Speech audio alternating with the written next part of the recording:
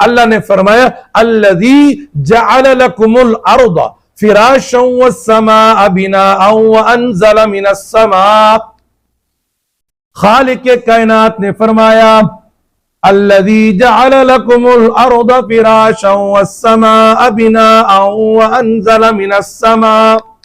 خالق کائنات نے فرمایا کہ گھبراؤ مت، پریشان مت ہونا، اللہ رب العزت نے آسمان سے پانی اتارا، فراشا والسماء بناء وانزل من السماء ماء، بہترین پانی اللہ نے اتارا۔ کس لیے؟ اب اترا تو پانی ہے لیکن وہ گرا زمین پر، اللہ تبارک و تعالی نے اس زمین سے تمہارے لیے رزق پیدا فرما دیا، ثمرات پیدا فرما دیے، سارا رزق تمہارے لیے بنا دیا، سب کچھ تمہیں دے دیا، یہ افشار ہیں، یہ پہاڑ ہے، یہ سبزہ ہے، کھیتیاں ہیں، سب کچھ تمہارے لیے ہے اور سب کچھ تمہیں دے دیا، اور جب دے دیا کہا کہ اس سے نفع اٹھا لو، میں پانی اتاروں گا تمہاری فصلیں اگ جائیں گی، زمین سیراب ہو جائے گی، زمین سے فصلیں نکلے گی۔ فراشا والسماء بناء وانزل من السماء ماء اخرج به من الثمرات رزقا لكم فلا تجعلوا لله اندادا وانتم تعلمون۔ جاننے والے تو بنو، سمجھنے والے تو بنو، اللہ پہ بھروسہ تو رکھو کہ جتنا بھی رزق ہے اللہ تعالی ہمیں دے رہا ہے، ہمیں ملے گا۔ تو یہ چیزیں ذہن میں رکھنے کہ گھبراؤ مت، رمضان آئے گا تو کیا ہوگا، پکوڑے کیسے بنیں گے، سب بنیں گے، پکوڑے بھی بنیں گے، سموسے بھی بنیں گے، رول بھی بنیں گے، چٹپٹ ہر چیز بنے گی، انشاءاللہ تعالیٰ بنے گی، غریب کو بھی میسر ہوگی، امیر کو بھی میسر ہوگی، سب کو، روزہ کسی کو بھوکا نہیں مار، ہر چیز کی زکوٰۃ ہے۔ مجھے افسوس ہوتا ہے اس بات پر،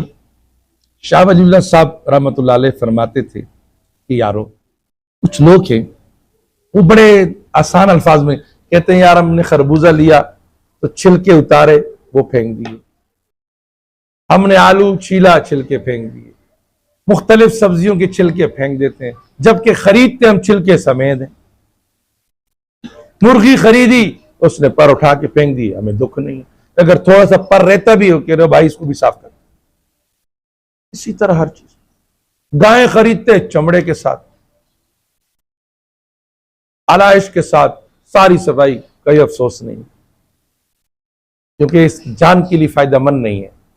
تو افسوس نہیں ہوتا۔ اسی طریقے سے اللہ رب العزت نے تمہیں مال دیا ہے، اس میں سے ہی تمہیں کہا کہ یہ زکوٰۃ نکال لو 2.5%، تمہارا یہ مال پاک ہو جائے۔ تو دکھ کس بات کا ہو تمہیں؟